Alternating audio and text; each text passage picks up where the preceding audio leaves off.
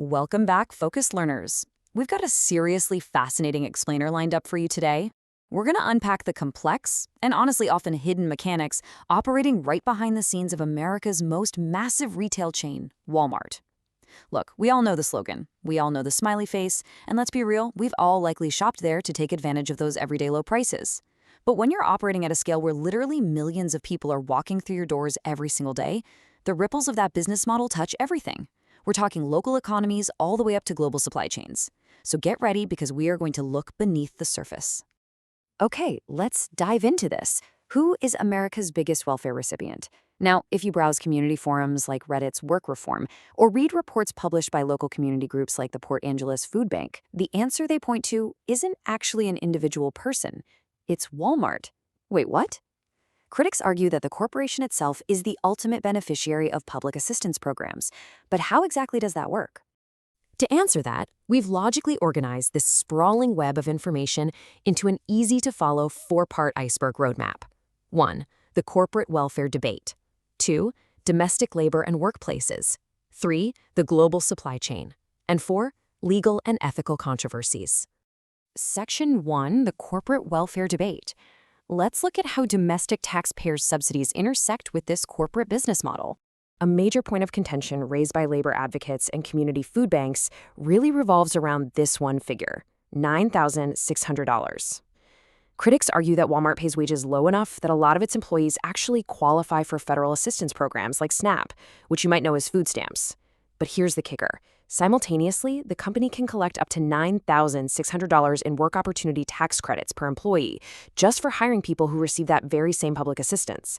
It's a structure that critics say essentially shifts the cost of a living wage directly onto the taxpayer. And this brilliantly illustrates the second half of that dynamic. Data highlighted by groups like the Port Angeles Food Bank shows that roughly 25%, that is literally 1 out of every 4 SNAP dollars, cycles right back into Walmart's registers. So critics describe this as a taxpayer-subsidized loop. Think about it. The public steps in to subsidize the workers' food needs, and then those federally funded dollars are spent right back at the employer's store.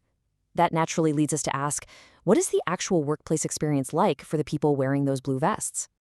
Which brings us to Section 2, Domestic Labor and Workplaces. Let's move to and see how this builds. Legally, U.S. employees have the right to unionize, right? But historically, this has been a pretty massive point of friction. Just to give you an idea, in the year 2000, a meat department in a Texas Walmart managed to unionize. Well, just weeks later, the company announced it was eliminating butchers and switching to prepackaged meat at several locations, including that exact one. By 2015, reports detailed how the company was showing mandatory anti-union videos to new hires, kind of mocking the concept of paying union dues.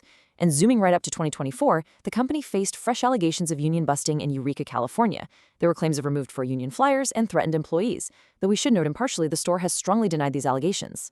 Now, beyond the union disputes, the company has faced some truly massive legal battles over basic workplace conditions.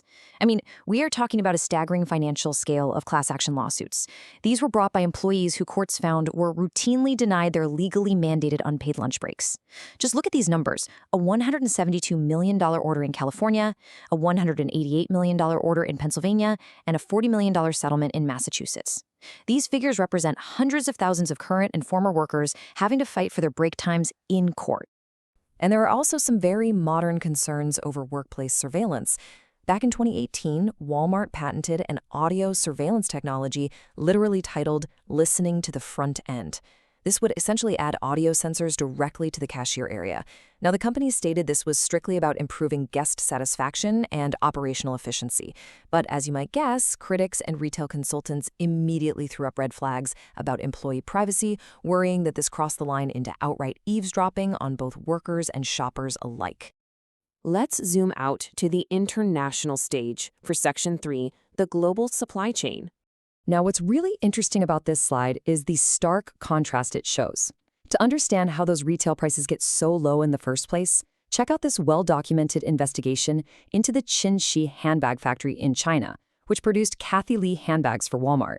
The investigation revealed some incredibly intense conditions. Workers were putting in up to 98-hour work weeks. Let me put that into perspective for you. That amounts to 14-hour shifts 7 days a week. And their average take-home pay? Just 3 cents an hour. 3 cents. Meanwhile, The very handbag they were manufacturing retailed on American shelves for $8.96. The investigation even noted workers lived in cramped dorms, and some ended up actually owing the company money after deductions for food and lodging. And sadly, this seems to be part of a broader pattern of international labor controversies. Back in 2013, the Rana Plaza factory in Bangladesh collapsed, tragically killing over 1,100 garment workers. In the aftermath of that disaster, numerous global brands stepped up and signed the Accord on Fire and Building Safety to protect workers. Walmart, however, notably opted out. They refused to sign the broader compensation agreement and instead insisted on implementing their own internal safety program. Yet, fast forward a few years to 2016, and the Asia Floor Wage Alliance released a report claiming that workers making clothes for Walmart in several Asian countries were still facing intensive labor exploitation and abuse. Which brings us to the final, macro-level layer of our iceberg. Section 4, Legal and Ethical Controversies. This is a massive, and I mean massive, web of distinct legal controversies. For instance, the state of California alleged the company illegally dumped over 1 million hazardous items, we're talking lithium batteries and insect killer, straight into landfills every single year. On the healthcare front, Walmart agreed to a colossal $3.1 billion settlement for its pharmacy's role in the opioid crisis. Though it is absolutely crucial to note impartially here that the company admitted no liability in that settlement.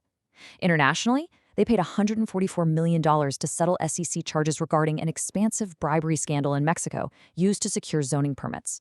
Oh, and consumers have repeatedly sued them for deceptively labeling online products as made in the USA when they were actually manufactured overseas. To ground just one of those points in reality, let's take a closer look at that hazardous waste lawsuit.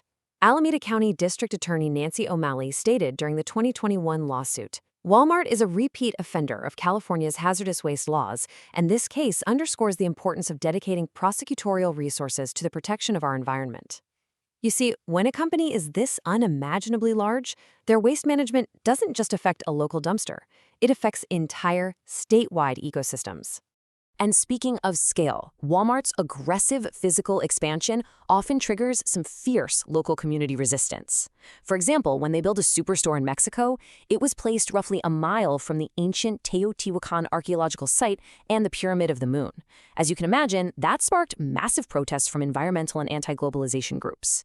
We see similar battles domestically too, like the intense litigation from local businesses trying to stop the Midtown Miami Walmart.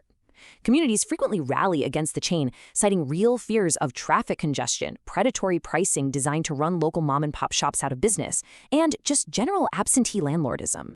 So the crucial point is this. When we see a shockingly low price tag on a shelf, there is a vast invisible infrastructure supporting it. From taxpayer-subsidized wages and intense battles over domestic labor rights, to literally pennies an hour factory conditions abroad and sprawling billion-dollar legal settlements. The mechanics of massive scale are endlessly complex and honestly a bit overwhelming. So I want to leave you with this final provocative question to reflect on the next time you walk through those sliding doors. What is the true cost of your low-priced goods? Thank you so much for learning with me today, and I'll see you in the next explainer.